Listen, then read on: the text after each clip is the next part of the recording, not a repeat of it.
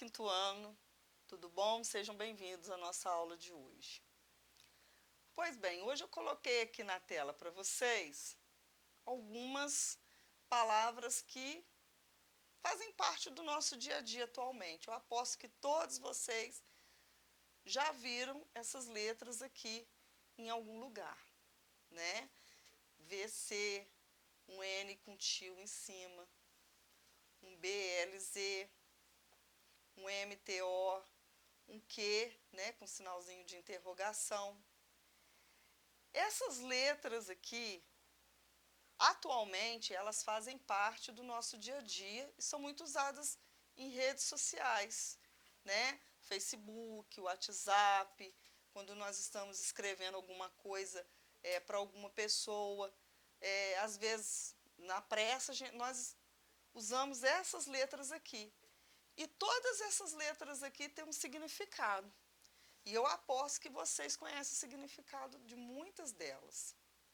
Pois bem, essas letras, gente, a gente dá um nome para elas.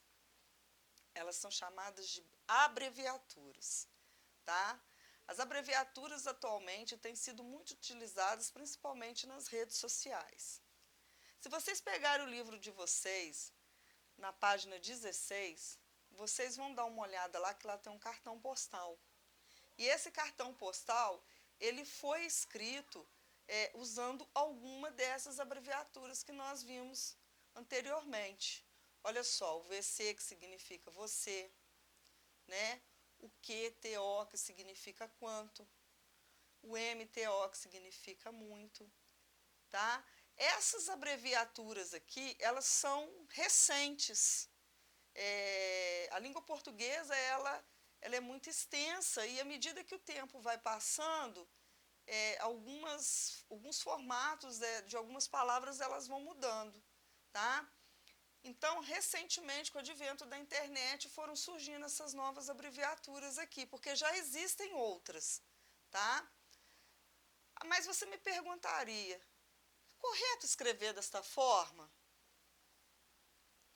Olha, não é errado escrever dessa forma. Porém, essa linguagem nós chamamos de linguagem informal. Nós podemos escrever dessa forma mais descontraída, quando a gente está escrevendo para um tio, um amigo, para nossa mãe, para um colega, tá? Porque não há necessidade de nós aplicarmos a língua padrão, né? A norma padrão da língua, respeitando gramática, respeitando sinais de pontuação. É uma coisa mais descontraída, tá bom? Então, se você for escrever para alguma dessas pessoas nessas situações, você pode usar à vontade. Mas, porém, se você estiver escrevendo algo, uma prova, por exemplo, que você for fazer, né, estiver escrevendo, fazer uma redação, você não pode usar essas abreviaturas. Você tem que escrever, fazer uma sua escrita, tá? Na norma padrão da língua portuguesa, respeitando regras ortográficas, regras gramaticais, regras de acentuação, tá certo? A gente tem que usar a linguagem formal.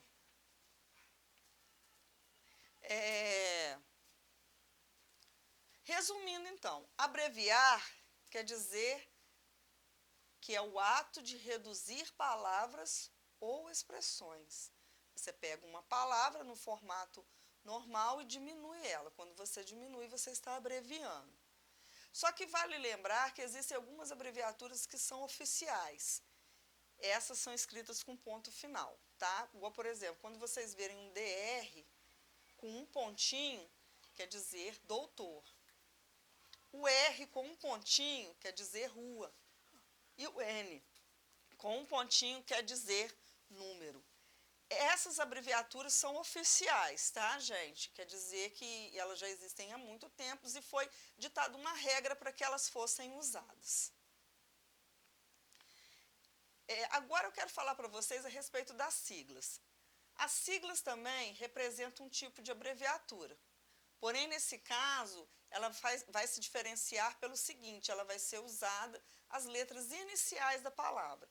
No caso, por exemplo, de Espírito Santo, a gente usa o E maiúsculo do Espírito e o S de Santo, maiúsculo. O CEP, né, que é muito usado em correspondências, quer dizer código de endereço postal. Usamos o C de código, E de endereço e o P de postal. Tá? Podemos encontrar muitas siglas no mapa político do Brasil para indicar os nomes dos estados. Quando a gente está estudando geografia, a gente vê muito essas siglas, tá? Que cada letrinha dessa representa um estado do Brasil. Então, eu espero que tenha ficado entendido a diferença entre siglas e abreviaturas, tá certo? Agora eu vou aproveitar que a gente está estudando siglas dos estados e vou falar para vocês um pouquinho de palavras que designam algo ou alguém relacionados a eles, tá bom? Essas palavras nós chamamos de adjetivos pátrios. Adjetivos por quê? Porque são qualidades. Pátrios porque se referem ao lugar de origem da pessoa. Ficou meio confuso, né? Então, eu coloquei um exemplo para vocês, ó. Mateus nasceu em Goiânia. Mateus é goianense, tá vendo? O goianense é um adjetivo pátrio, quer dizer que é uma característica do Mateus, tá? Que é goianense, que indica uma localidade. Quando você lê a palavra goianense, você já sabe que ele nasceu em Goiânia. Fabiano estudou em uma escola do Ceará. Fabiano estudou em uma escola cearense. Cearense também é um adjetivo pátrio de Fabiana, indica o lugar de origem dela, tá bom? O lugar que ela estudou, a origem do lugar. E o que acontece? Isso aqui é uma regrinha, tá? Para facilitar um pouquinho a vida da gente, para a gente ficar meio confuso.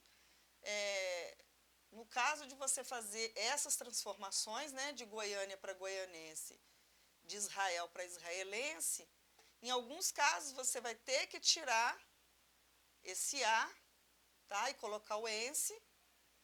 E em alguns outros casos você vai ter que apenas acrescentar.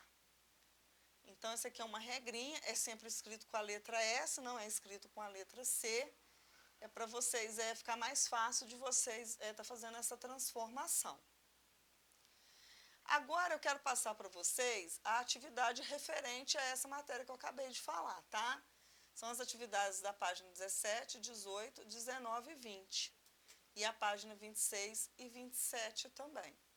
Se tiver alguma dúvida com relação a essas atividades, gente, com relação ao que eu falei, vocês podem mandar para mim um áudio se não quiser escrever, podem estar entrando em contato comigo. Não deixem de trocar uma opinião, de tirar dúvida, porque é muito importante.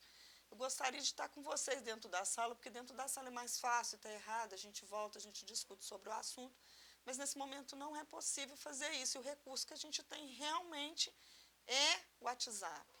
Só que, às vezes, muitas das vezes, vocês não me perguntam, né? E acabam fazendo atividades com dúvida e ficando errado. E depois a gente tem que voltar ao livro para vocês fazerem essas correções. Então, procura estar tirando essas dúvidas comigo, grava um áudio, tia, não estou entendendo. Se eu explicar e vocês continuarem sem entender, pergunta de novo, não tem problema. Às vezes pode demorar um pouco eu estar respondendo, porque às vezes eu estou fazendo alguma coisa, mas eu vou sempre responder vocês, tá? Beijinho, fiquem com Deus e até a próxima.